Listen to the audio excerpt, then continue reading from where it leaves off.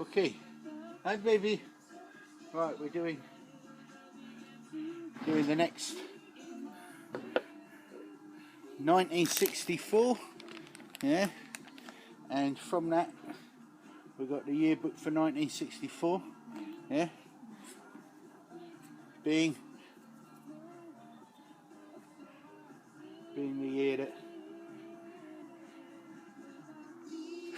British R&B and American R&B were two forces of nature, yeah, spawning the greatest bands and the greatest tunes, yeah, in that particular year.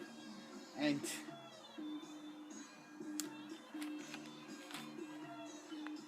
a lot of things seem more hopeful. So what we're going to do is we're going to open it up, yeah, somewhere in 1964, and oh, this sounds a bit.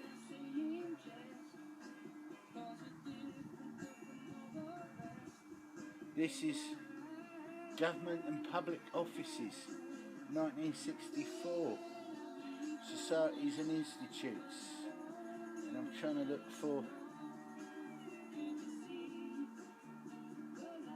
something of interest.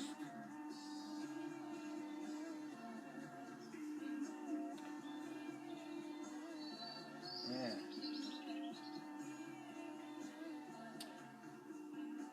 What we got?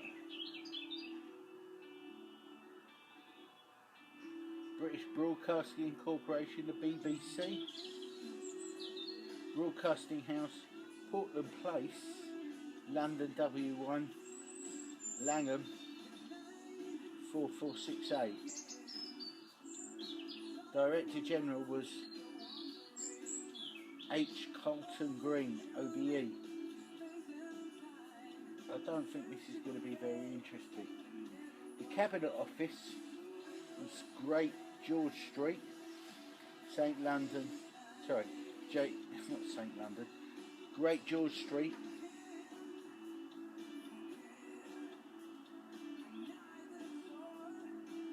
London, SW1, Whitehall 5422, and the Secretary of the Cabinet Office was Sir Burke Trend, KCB, CVO, but the British Standards Institute was 2 Park Street, London, W1,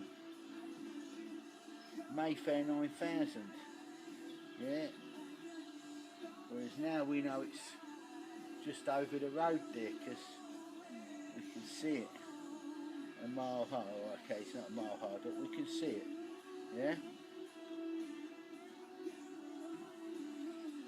from our yard. Right, okay, this isn't very interesting, so let's turn to something else. Right, okay, here we've got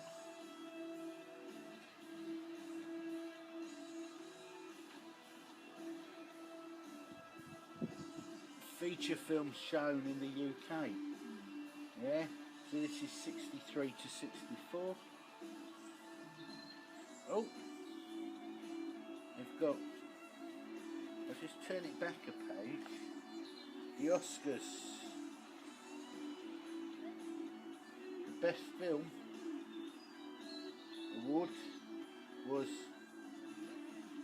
for Lawrence of Arabia, which is actually released in 1962, yeah, but these are the Oscars, and the best film award was Lawrence of Arabia, and the best director was David Lean. Yeah. Now what I heard was that Lawrence, yeah, he was a big motorcycle fan, yeah. This is in the days where motorcycles weren't so commonplace, yeah. And he was a big motorcyclist, and he was on a secret mission. This is, I think, it's before the advent of the First World War, yeah. And he was on a secret mission, and it was about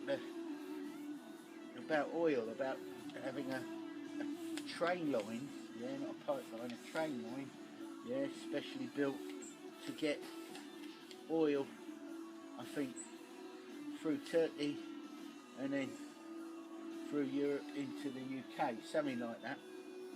And it was a secret mission to suss things out, yeah. And he'd already promised or been involved in the, I think, the Balfour Declaration and Palestine being, and his, yeah, Palestine being, I'm sure you have. He's from Chile originally, where it is, but a lot bigger than what it was, what it became. And he kind of promised it, or being involved in promising some land to the Arabs, but he was on this secret mission, and he was in that part of the world, yeah, the Levant they call it, that area, yeah. And he met up with his German counterpart, who was also on a recce, yeah, for fuel supplies and a train line to transport it to Germany. You're falling asleep, aren't you? Alright, I'm trying to make, because I don't really know or understand these things, but he met with his German counterpart, this is before the First World War, over dinner. And neither of them knew each other, neither of them knew. They're both on a secret mission, yeah, about major fuel line, yeah, through the Levant, via, you know, train, transport, rail links. And they got talking, and it turns out they were both, I think they were both motorcycle fans. And as a result of that conversation, yeah, I've got a feeling that both of them figured out that they were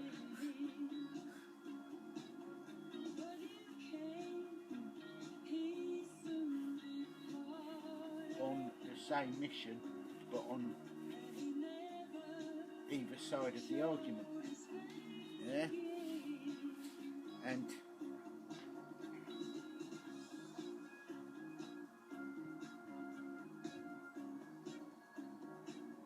I also think, and don't quote me on this, but I've got a feeling that as a result it meant that his promises to the Arabs were compromised, yeah.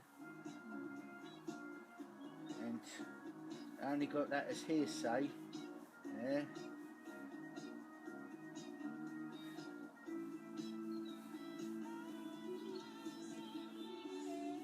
So I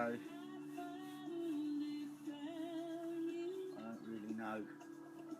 Could be just a lot of hot air, yeah.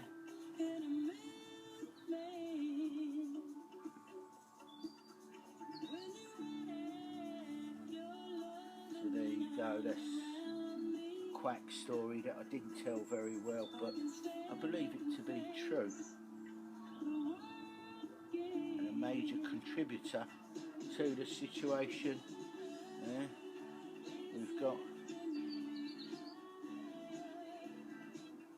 over there the present day, but I don't know that, that's a bit ignorant because it was a long time ago and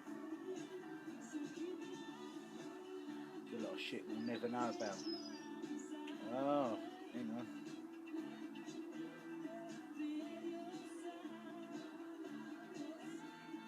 Cliff Richard, on the strength of appearing in one film, The Young Ones, headed the list of 10 most popular stars in the box office survey for 1962.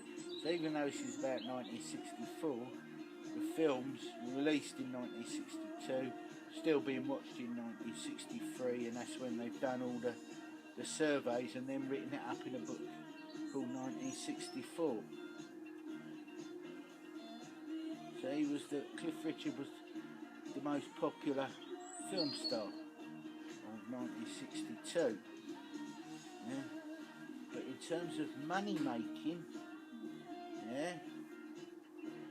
1960, well, in 1962 again, but written in the book 1964, was The Guns of Navarone, which is a war film, yeah, but it was also the Scatterlights' only British chart hit, yeah, and it did quite well. I think it got, you know, like if you were doing Top of the Pops, it would be like, I think in the low 40s, Guns of Navarone, and it kind of brought the Scatterlights to the fore, yeah. Up until then, they hadn't really, even though they were doing all this great stuff everywhere, yeah, they weren't known as such, yeah. And then as a result, they come to the fore, and then within months, their main man and head lead arranger, Don Drummond, yeah, probably the greatest trombone player in the world at that particular time. I mean, his arrangements are just phenomenal, second to none. Yeah, he's stuck in a mental home for killing his girlfriend, and then by the end of the 60s, he's dead, sadly. On a lighter note, 1962. I don't think that was 1962, but it says here 62, 63 possibly, no, 62. Carry On Cruising was the 10 biggest, yeah, it was number 10. So number 1 was Guns of Navarone, was the most popular or biggest grossing film, 1962. And number 12, number 11 was Carry On Cruising, yeah, which was Sid James was the captain, but the star of the show was Lawrence Percival, who I met once, yeah, and he was the one that created the spaghetti cake with prunes, yeah, because he wanted to create a cake to celebrate the success of the cruise. He wanted a cake that had stuffing from every country that they'd been to, every port of call. And I remember that for Italy they put spaghetti in it. The prunes, I don't know what country that represents, but also 1962, Dr. No was the number 5.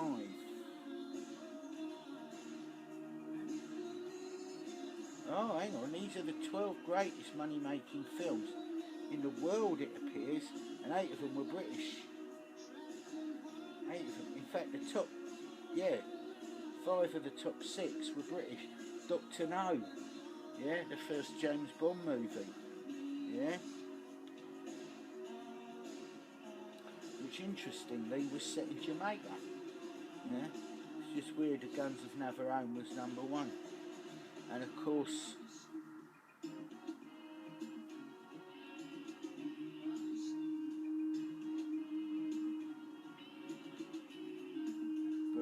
well, they got Barabbas, El Cid and West Side Story. They were excluded because they were hard ticket. I don't know what that means. So there you go. So that is it says 1962, but it's written up in 1964.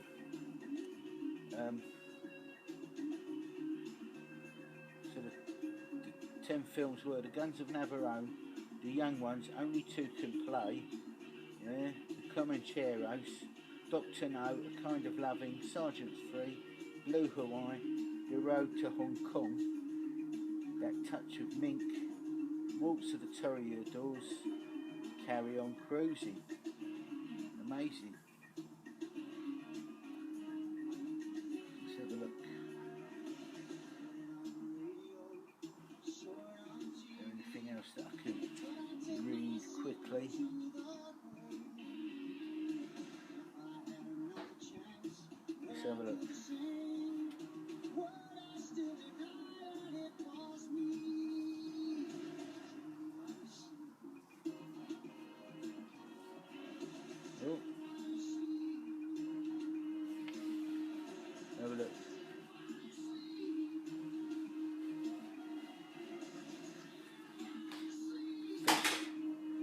feature films. Trying to have a look at something which might be of interest. Yeah, hang on, let's turn entertainment and leisure. I'm just having a look at films. Cool, there's an awful lot of films which I don't know. Like Taras Bulba with Tony Curtis, Yul Brynner, Christine Kaufman. Yeah. The Small World of Sammy Lee, Anthony Newley. Yeah. Who had a chart hit with a record called Why? Why? Because I love you. He was a bit of a rock and roller in his day. Some of his early stuff. He did do a couple of rock and roll tunes. I think Saturday Night Beating Boogie, something like that, which was released on Decca. That would have been mid to late 50s. But when we're talking about Why, the best version, I've got to say this, Vince Eager on Top Rank. Yeah. Now Vince Eager, he does Why, and that is, wow, he does it real good. Yeah, so check it. Why, Vince Eager on Top Rank. Yeah, I'm having a look at this. So many films here.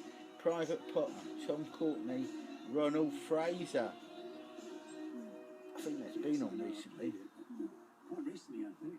Genesis from the album We Can't The Mouse on the Moon, Terry Thomas, Margaret Rutherford, Bernard Cribbins. Fantastic. One more track. I like Terry Thomas. I think you like this one, Al.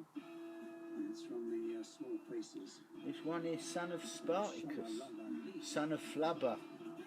I know I've seen Flubber, but Son of Flubber.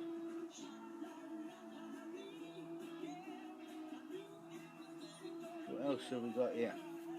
Loads of films that I don't know. Like Zazie dans le Metro. I think that's a French film, isn't it? Catherine de Mungo. The Wrong Arm of the Law. Peter Sellers, Lionel Jeffries, Bernard Cribbins. But I've got a feeling that's also got Wilfred Hyde White. And Wilfred Hyde White is playing a criminal in that movie. Bad, isn't it? Eh? If you can't trust Wilfred Hyde White, who can you trust? No one, basically. Just in case you're pondering over a response. 63. Summer Holiday. Yeah? She's very good. It's a good film. I like it. I wish I was on the actual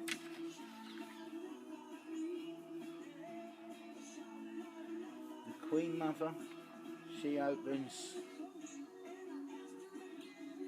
the Fairfield Halls in Croydon.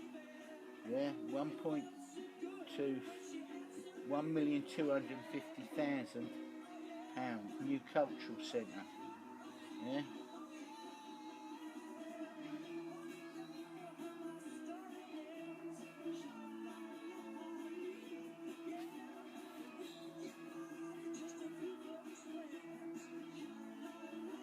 What else have we got? Anything? No.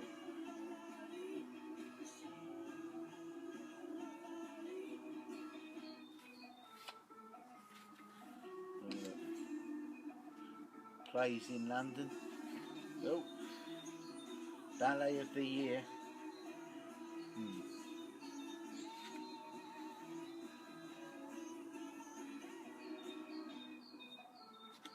Trying to find something. Hello, baby. Oh.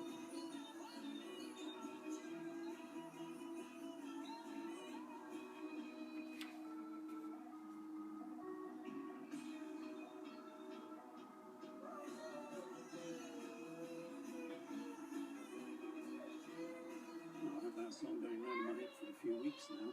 Small Faces there with Shala La La Lee rounding off this first hour. Got a fine track from the Rolling Stones coming up next on Radio I think Canada. I turn off now. Yeah? What do you think? Do I turn off? Yeah? I'm just going to finish off by showing you that go, the Angus Steakhouse. The Angus McSteak invites all who appreciate a supremely succulent Scotch steak to the Angus Steakhouse. One on Dean Street, one on the Fulham Road, one at Buckingham Gate, one on Wardour Street, and one in Brighton. There you go. The Angus Steakhouse. So we're going to finish on that note. Angus Steakhouse. Succulent. Yeah. Hello, baby.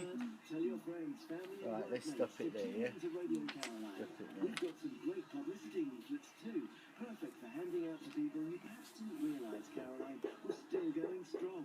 Email sales@radiocaroline.co.uk to get your hands Cunningham's. Reach into the car radio Of Curzon Street, and let them know. Caroline yeah? continues. And you've got the 16th century whistling oyster with its fabulous Queen cellar at 32 Queen Street, WC2, opposite the Connaught Rooms. I invite you to their luxurious fish and grill restaurant. I wonder if it's still there. Eh? What do you think? Fish and grill. The whistling oyster. There you go. I think we're going to leave it there. Yeah. Well, is this their pie? This is their pie. Oh, this is interesting. Yeah. Well, this is interesting. This bit here. Right? Hang on.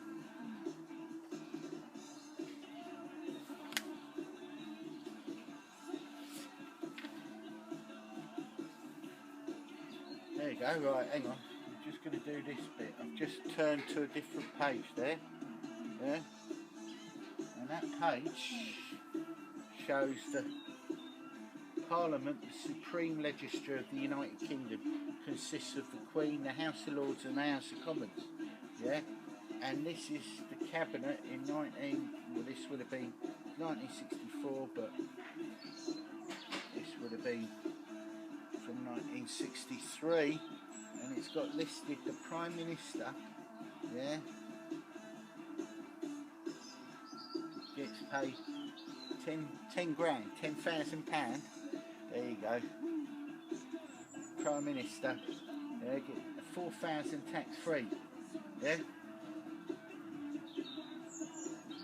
so that's what the Prime Minister got paid in 1964. Yeah, 4,000 tax free. Obviously it doesn't list his expenses account or her expenses, his expenses account, but it says that his wage was £10,000, 1964, and that would have been the Right Honourable Harold Macmillan. Yeah, £4,000 of which is tax free. Now the first Secretary of State, yeah. Oh, the Lord Chancellor gets £12,000. There you go. Chancellor of the Exchequer only gets 5 grand. Yeah, there you go.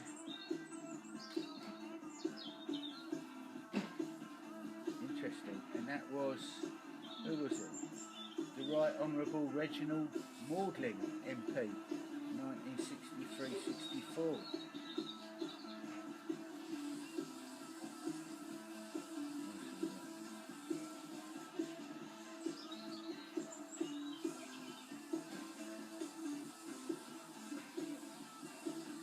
Most of them are getting paid 5 grand. Yeah, there you go. 5 grand. That was the Cabinet, what they were getting paid.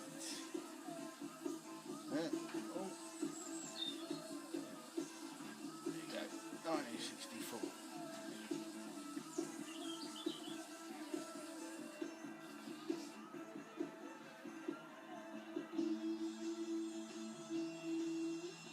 That's the Who, isn't it?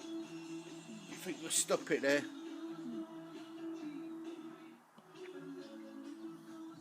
You finished? Where are you? There you go. Hello, baby.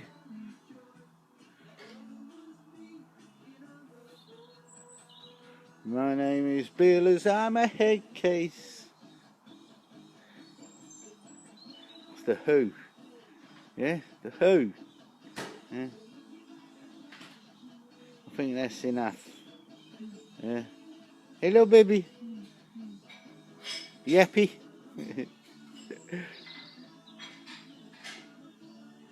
Good. I'm a kid it. Oh, I'm stopping it there.